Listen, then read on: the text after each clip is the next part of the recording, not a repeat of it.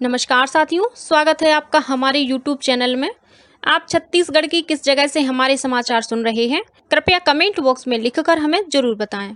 रायपुर से प्रस्तुत हैं छत्तीसगढ़ के प्रादेशिक समाचार। समाचारों के साथ में रजनी शुक्ला। पहले मुख्य समाचार। पीएम मोदी 20 अप्रैल को बौद्ध शिखर सम्मेलन के उद्घाटन सत्र को करेंगे संबोधित। 171 देशों के प्रतिनिधि ले रहे हैं भाग। बीजापुर जिले में माओवादियों द्वारा कांग्रेस विधायक विक्रम मंडावी के काफिले पर गोलीबारी करने की खबर, कोई हताहत नहीं। महानदी जल बंटवारे को लेकर छत्तीसगढ़ और ओडिशा के दावों के समाधान के लिए बेसिन क्षेत्रों का निरीक्षण हुआ शुरू। प्रदेश में कोरोना संक्रमण के बढ़ते मामले को देखते हुए स्वास्थ्य मंत्री टीएस सिंहदेव ने विभागीय अधिकारियों को सतर्क रहने के साथ ही अस्पतालों में पूरी तैयारी रखने के लिए कहा और अगले 24 घंटों के दौरान दक्षिणी छत्तीसगढ़ के कुछ इलाकों में हो सकती है हल्की वर्षा। अब समाचार विस्तार से। आज़ादी के अमृत महोत्सव के तहत केंद्र सरकार 20-21 अप्रैल को नई दिल्ली में वैश्विक बौद्ध शिखर सम्मेलन का आयोजन करने जा रही है।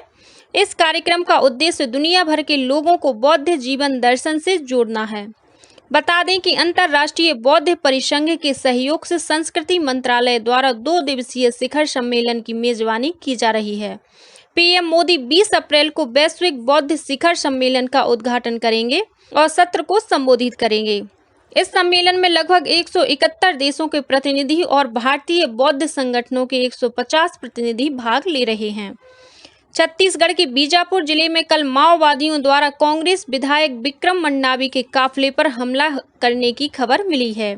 श्री मंडावी जब गंगालूर हाट बाजार में नुक्कड़ सभा कर वापस लौट रहे थे, तभी माओवादियों ने श्री मंडावी के काफिले में शामिल जिला पंचायत सदस्य पार्वती कश्यप के वाहन में फायरिंग की।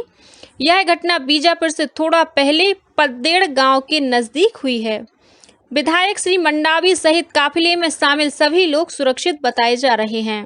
बस्तर रेंज के पुलिस महानिरीक्षक सुंदर राज पी ने बताया कि पुलिस घटना के बारे में जानकारी जुटा कर जांच कर रही है।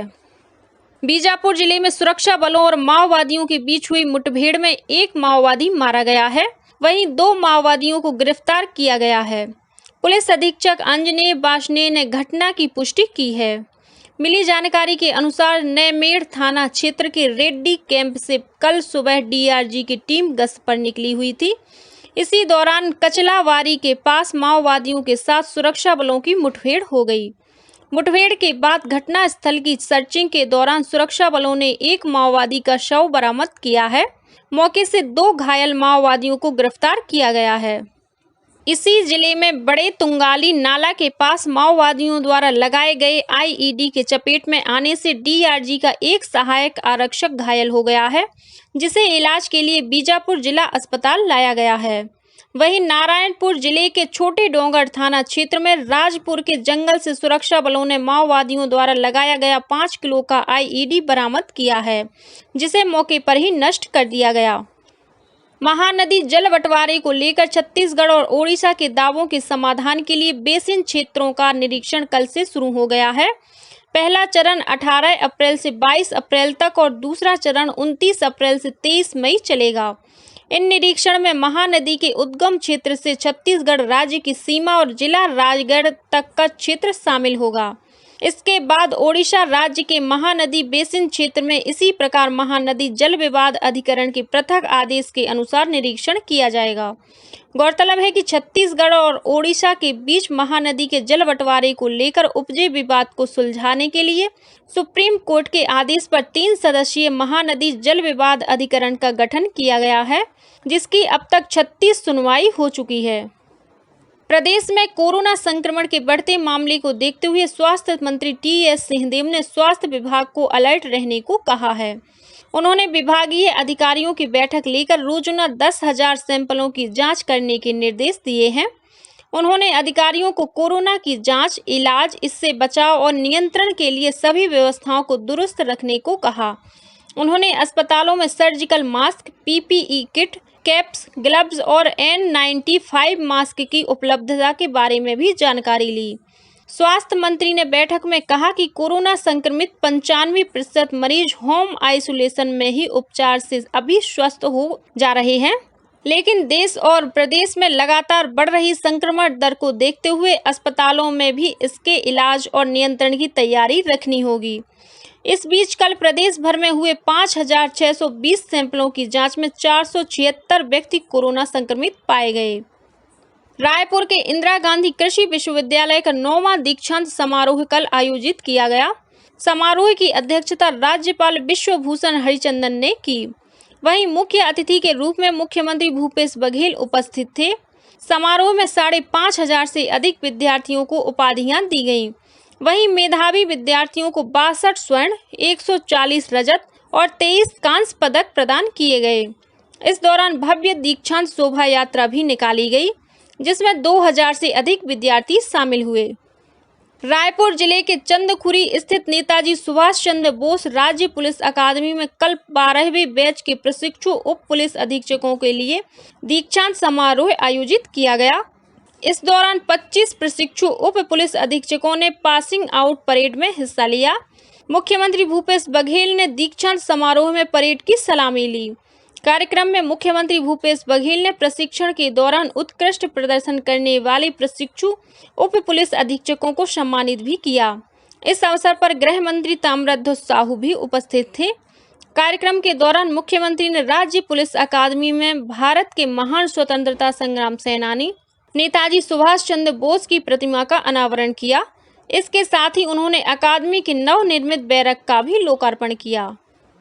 प्रवर्तन निदेशालय ने छत्तीसगढ़ सरकार को पत्र लिखकर कहा है कि संयुक्त सचिव अनिल टूटेजा और Chhattisgarh state marketing corporation limited के प्रबंध निदेशक अरुणपति त्रिपाठी नोटिस के बाद भी ईडी के समक्ष उपस्थित नहीं हो रहे हैं। इन अधिकारियों के खिलाफ जांच चल रही है। ईडी ने मुख्य सचिव को लिखे अपने पत्र में कहा है कि राज्य सरकार ईडी के रायपुर कार्यालय में उनकी उपस्थिति सुनिश्चित कराए।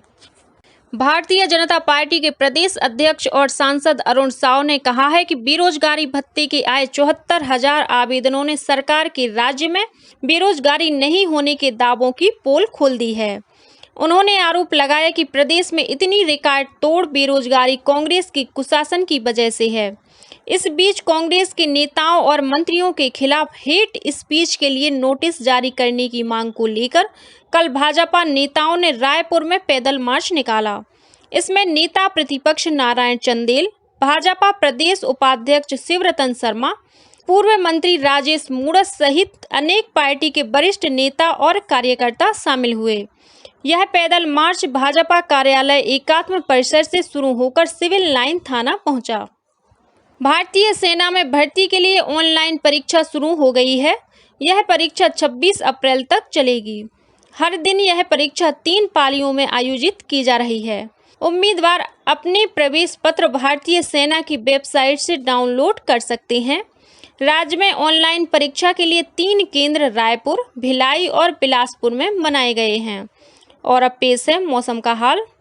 मौसम विभाग के अनुसार छत्तीसगढ़ के दक्षिणी इलाकों में बंगाल की खाड़ी की ओर से नमी आने के कारण कुछ स्थानों पर हल्की वर्षा होने या गरज चमक के साथ छींटे पड़ने की संभावना है। मौसम विभाग ने अगले 24 घंटों में 1-2 स्थानों पर अंधड़ चलने और वज्रपात होने की भी चेतावनी दी है। और अब कुछ अन्य खबरें संक्षेप में। चिकित्सा शिक्षा मंत्री टी.एस. सिंहदेव ने कल रायपुर में आयुर्वेद कॉलेज में पीजी ब्लॉक का लोकार्पण किया। कॉलेज में स्नातकोत्तर कक्षाओं के लिए करीब 12 करोड़ रुपए की लागत से नया भवन बनाया गया है। समाज कल्याण मंत्री अनिला भेड़िया ने कल रायपुर में आयोजित एक कार्यक्रम में उत्कृष्ट प्रदर्शन करने वाले राज्य के 15 दिव्यांग खिलाड़ियों को स्पोर्ट्स व्हील चेयर प्रदान की। दंतेवाड़ा से किरंदुल जा रही मालगाड़ी के 2 डिब्बे तकनीकी खराबियों के कारण भांसी रेलवे स्टेशन के पास पटरी से उतर गए। इस हादसे में जान माल की हानि नहीं हुई है। दक्षिण पूर्व मध्य रेलवे के नागपुर दुर्ग सेक्शन में किए जा रहे पावर ब्लॉक के कारण 21 अप्रैल को टाटा नगर इतवारी एक्सप्रेस और कोरबा इतवारी एक्सप्रेस विलंब से रवाना होगी। और गर्मी को देखते हुए रायगढ़ जिले में कलेक्टर ने स्कूलों के समय में परिवर्तन किया है। एक पाली में संचालित होने वाले स्कूलों में सुबह 7 से 10 बजे तक कक्षाएं चलेंगी।